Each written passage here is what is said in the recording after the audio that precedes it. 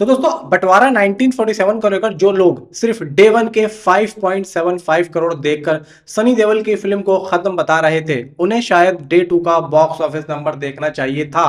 क्योंकि जिस फिल्म को कुछ लोग पहले ही दिन फ्लॉप घोषित करने में लगे हुए थे, उसी फिल्म ने अगले ही दिन 13 करोड़ 50 लाख इंडिया नेट का शानदार कलेक्शन करके सबको चौंका दिया।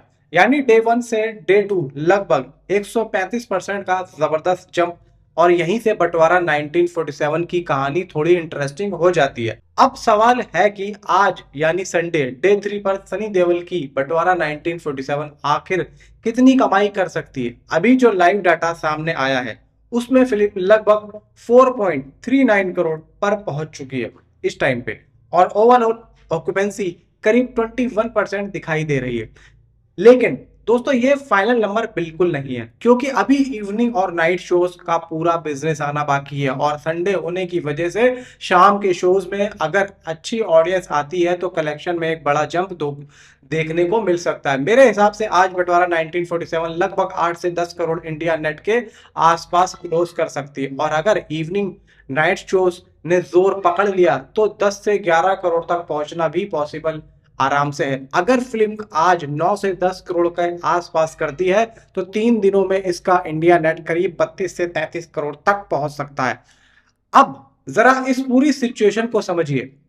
डे वन पर 5.75 करोड़, डे टू पर सीधे 13 करोड़ 50 लाख, और अब संडे का टेस्ट। यानी ये सिर्फ नंबर्स नहीं है, ये दिखाते हैं कि फिल्म को ऑडियंस से बिल्कुल रेस्पॉन्स नहीं मिला होता तो डे टू पर इतना बड़ा जंप आना मुश्किल था।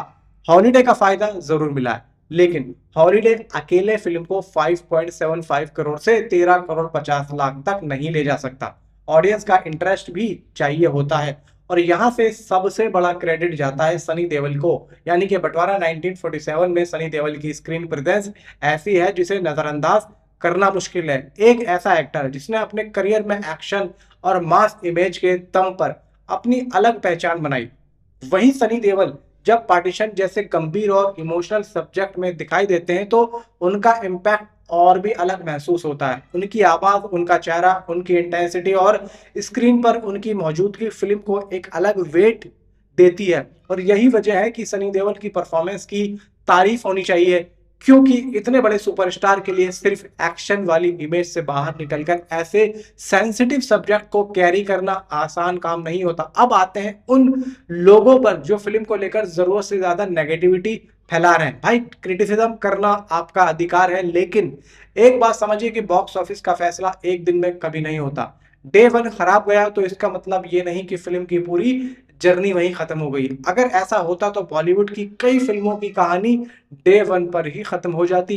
बंटवारा 1947 से कम इतना तो दिखा दिया कि डे टू पर ऑडियंस ने फिल्म को रिजेक्ट नहीं किया, बल्कि कलेक्शन में जबरदस्त जंप देखने को मिला है। और यही चीज हेटर्स को, मतलब हेटर्स के लिए सबसे बड़ा जवाब है। सोशल मीडिया पर बैठकर किसी फिल्म को वो खत्म घोषित करना बहुत आसान है, लेकिन थिएटर में ऑडियंस को लेकर आना आसान काम बिल्कुल भी नहीं होता है। सनी देओल की फिल्म ने इंडिपेंडेंस डे वीकेंड में कंपटीशन के बावजूद अपनी जगह बना ली है, और अब असली परीक्षा मंडे से शुरू होगी।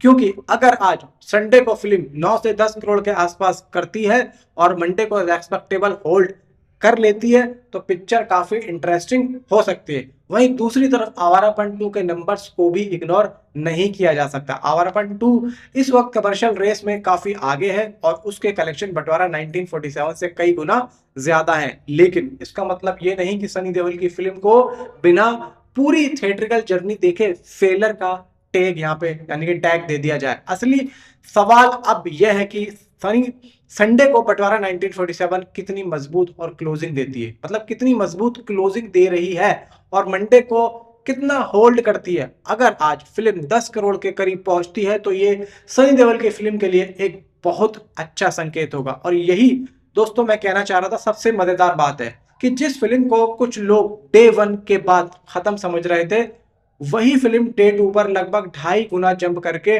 डिस्कशन में आ गई है। इसलिए अभी फैसला सुनाना यानी कि ये अभी वक्त है ही नहीं। अभी तो बंटवारा 1947 का असली बॉक्स ऑफिस टेस्ट शुरू हुआ है। सनी देओल के फैंस के लिए आज का संडे बेहद इंपॉर्टेंट है, क्योंकि अगर शाम और रात के शोज में ऑक्यूपेंसी बढ़ती है और फिल्म 10 करोड़ के आसपास पहुंचती है तो ये सिर्फ एक कलेक्शन नहीं होगा, ये उन लोगों को भी जवाब होगा जो डे वन के बाद में यानी कि सनी देओल और बंटवारा 1947 पर फैसला सुना चुके थे। अब नजर रहेगी आज के फाइनल क्लोजिंग और कल के मंडे होल्ड पर, क्योंकि यहीं से पता चलेगा कि बंटवारा 1947 सिर्फ इंडिपेंडेंस डे वीकेंड का फायदा नहीं उठा रही थी और सनी देओल की अपनी भी पकड़ थी और सनी देओल के फैंस भाई यहाँ पर और न्यूट्रल ऑडियंस भी फिल्म को पसंद कर रही थी। भाई डे 3 का कलेक्शन मैंने आप लोगों को बता दिया है कि कितना होने वाला है। आवारापन 2 का भी मान के चलो कि भाई डे 2 का कलेक्शन मतलब बराबर ही रहेगा, इनका 33-34 करोड़ के आसपास आता हुआ दिख रहा है, 30 से 33 करोड़ के आसपास आ सकता है। बाकी आप मुझे नीचे कमेंट में जरूर बताएं कि आप क्या कह रहा है। Thanks for watching.